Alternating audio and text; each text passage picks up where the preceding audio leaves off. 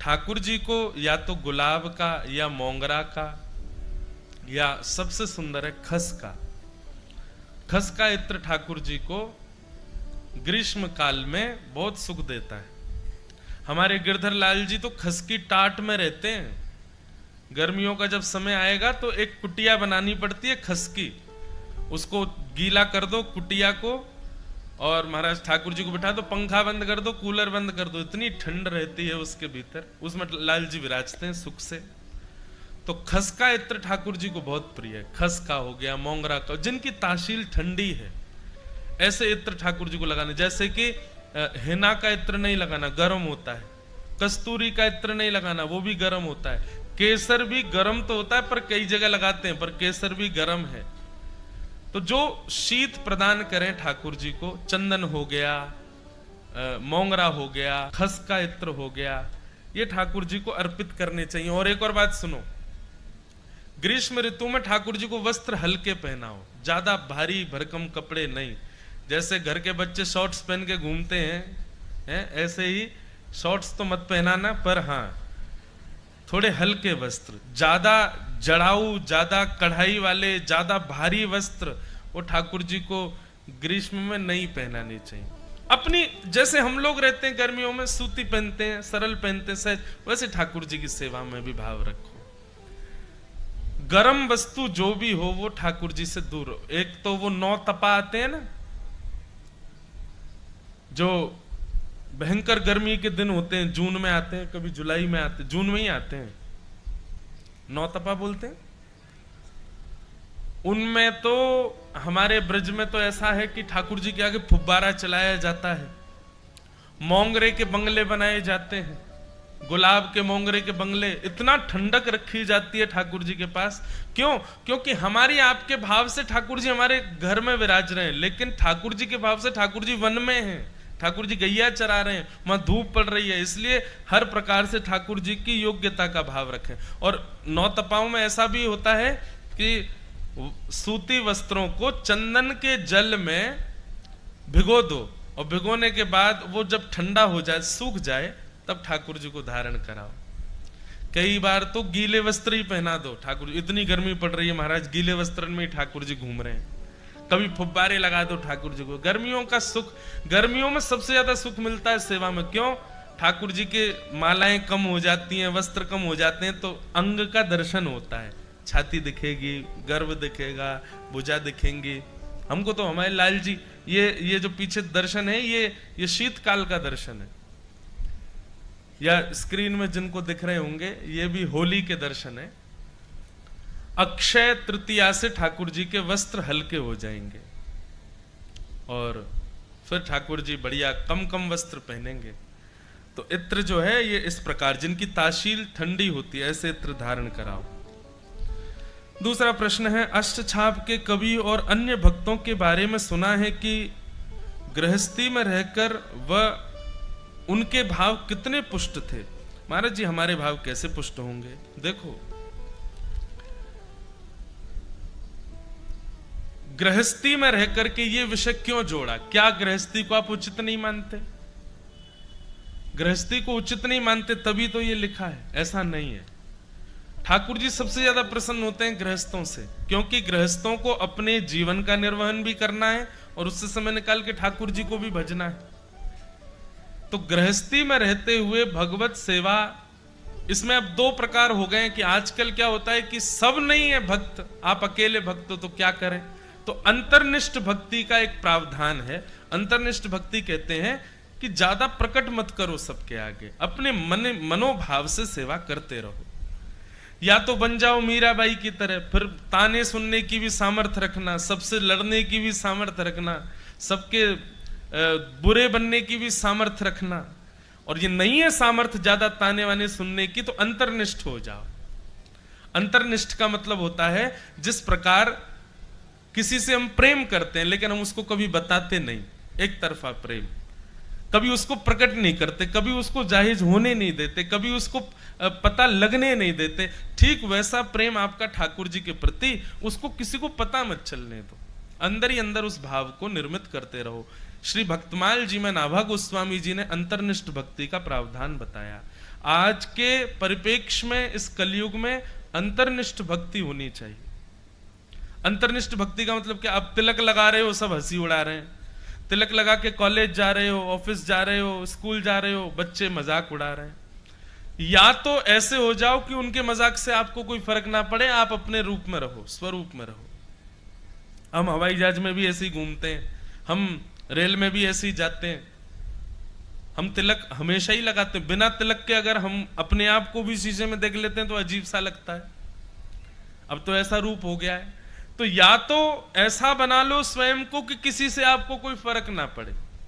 कितनी बड़ी आडंबर की बात है, कितनी बड़ी विडंबना की बात है। फटी जींस पहनने वाले को कभी ये नहीं लगता कि लोग मेरे बारे में क्या सोचेंगे।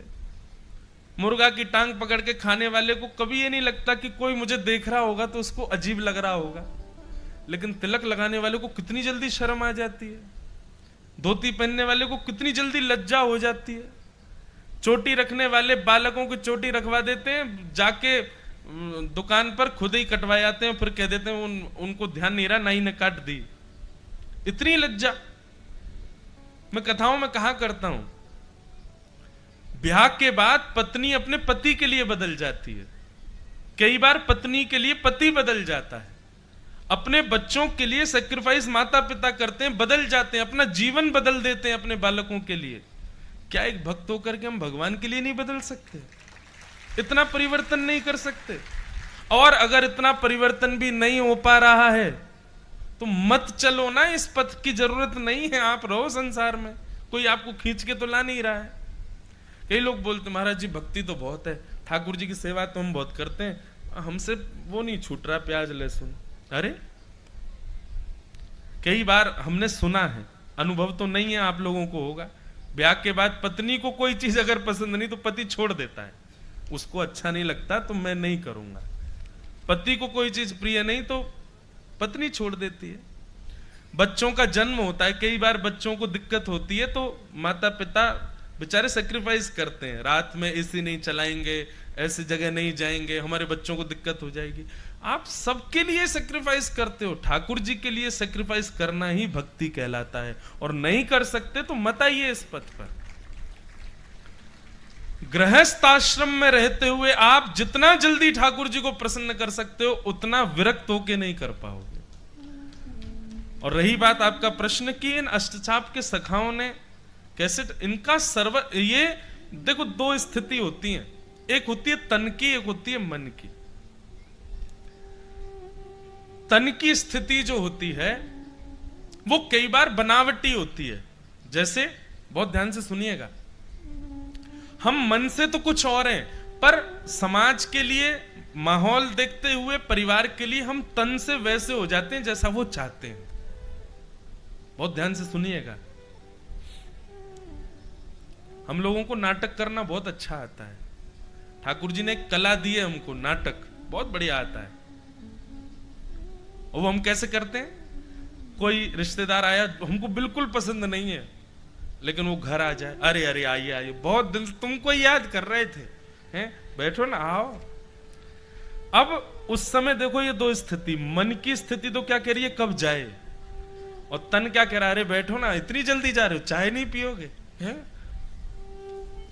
ठीक वैसे ही ये नाटक करना हम पे बहुत अच्छा आता, पर हम करते कहां हैं? संसार में तो वास्तविकता के रूप में रहते हैं, ठाकुर जी के सामने जाके नाटक करते हैं। उल्टे हो जाओ, संसार में नाटक करो, सबको यूं दिखाओ कि तुमसे बड़ा संसारी कोई नहीं, लेकिन हृदय से पूर्ण ठाकुर जी के रहो, पूर्ण लाल जी के रहो। अष्ट छाप के कवि ऐसे ही थे। कुम्भन दास जी के 7 पुत्र थे, पर उनसे कोई पूछता कुम्भन दास जी आपके कितने बेटे हैं, तो कहते 1.5 बच्चे हैं मेरे। कितने? 1.5। अब या तो इतने मुखर हो जाओ कि आपको किसी से फर्क नहीं पड़े। कोई कहता कुम्भन दास जी से 1.5 बच्चे मतलब? बोले 7 बच्चे हैं, जन्म तो मैंने 7 को दिया, पर एक पूर्ण ठाकुर जी का भक्त है और एक आधा भक्त है, इसलिए 1.5 को ही मैं पुत्र मानता हूं अपना। बाकी के 6 को मैं, 5 को मैं पुत्र नहीं मानता। क्यों? ठाकुर जी के भक्त नहीं है। या तो ऐसे हो जाओ या फिर अंतर्निष्ठ हो जाओ। सबके प्रति प्रेम भाव दिखाओ। पति है, बच्चे हैं, माँ है, पिता है, सास है, ससुर है, ननद है, आदि आदि संबंध सब नाटक से निभा लो, लेकिन अंदर से केवल मेरे तो गिरधर गोपाल दूसरों ना को, ऐसे रहो, कोई अंतर नहीं। नाटक करना बहुत अच्छा आता है हमको, करके देखो एक बार।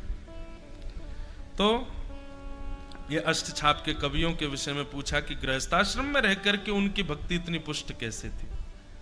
भक्ति की पुष्टि के 3 कारण हो रहे हैं, विश्वास, संबंध और समर्पण। सबसे पहले तो ठाकुर जी पर पूर्ण विश्वास, चाहे जो हो जाए आपका विश्वास नहीं डगमगाना चाहिए। दूसरी बात, संबंध, ठाकुर जी से कोई संबंध जरूर स्थापित करो। लेकिन मैंने एक दिन कथा में कहा था ना, संबंध स्थापित करने का मतलब ठीक है कि आप उनको अपना मानो, पर यह भाव भी रखना है कि वो भगवान भी हैं। कई बार ऐसी अनुचित सेवा देखने का भी अवसर मिल जाता है कि जहां पर बिल्कुल, एक जगह में गया, अब मैं क्या बताऊं उसको, एक जगह में गया तो वहां जाकर के वो मुझसे बोले, हाथ पकड़ के ले जा रहे थे, घर में घुमा रहे थे, घर में ले जाते हुए एक ठाकुर जी बैठे थे, तो बोले महाराज जी देखो ये बैठा मेरा छोटा भाई। मैंने देखा तो ठाकुर जी खड़े थे, मैंने कहा चलो कोई बात नहीं। अब आरती वारती करने का समय आया तो आरती थोड़ी सी गिर गई, तो वो ठाकुर जी से बोले ये सब यही करता है महाराज जी, बहुत चतुर है, बहुत चालू है, और इसको तो मैं अभी एकांत में बताऊंगा, 2-3 घूसे मारूंगा तब ठीक होगा। अरे मैंने कि भाई ने तो थोड़ी रखो, ऐसे क्यों बोल रहे हो, वो भगवान, अरे मेरा भाई है। मैंने कहा भाई है, पर ये भी तो मत भूलो कि भाई वो भगवान है। तो कई बार संबंध इतना ज्यादा भी मत चढ़ा लो सिर पे कि ठाकुर जी को बिल्कुल ही ऐसा समझ लो कि। और रही बात, अगर आपके ऐसे भाव हैं भी, एकांत में रखो, सबके सामने नहीं, अंतर्निष्ठ एकांतिक भाव रखो ठाकुर जी के प्रति। कई लोग सबको दिखा देते हैं, देखो ये तो मेरे छोटे भाई हैं, ये तो मेरे सखा हैं, मैं तो इनसे ऐसे बोलता हूं। दिखाना नहीं है सबको। और मैंने उस दिन एक उदाहरण भी दिया था कि बेटा अगर आईएएस ऑफिसर बन जाए तो माँ का अधिकार है, वो उसको डांट सकती, फटकार सकती है, लेकिन सबके सामने नहीं डांटती है। उसको ये भी तो पता है कि मेरा बेटा है, पर पदवी पर आईएएस ऑफिसर भी तो है। ठीक वैसे ही ठाकुर जी आपके हैं, पदवी पर वो परब्रह्म भी तो हैं। किसी दिन यदि भ्रगुटी टेढ़ी कर दी, सारे रिश्तेदारी रखी रह जाएगी। इसलिए विश्वास, संबंध, और तीसरा आता है समर्पण। देखो ठाकुर जी से और संसार के संबंध में एक अंतर समझो। संसार से जब आप संबंध बनाते हो तो आप अपना अधिकार जमाते हो, लेकिन ठाकुर जी से जब संबंध आप बनाते हो तो आप ठाकुर जी को चाहते हो कि ये मुझ पर अधिकार जमाए, ना कि आप उन पर चढ़ो। ठाकुर जी से संबंध बनाने का मतलब उनके सुख का विचार करके सेवा ऐसी करो कि वो आप पर अधिकार जमाएं, वो आप पर अधिकार रखें। ये संबंध है ठाकुर जी का।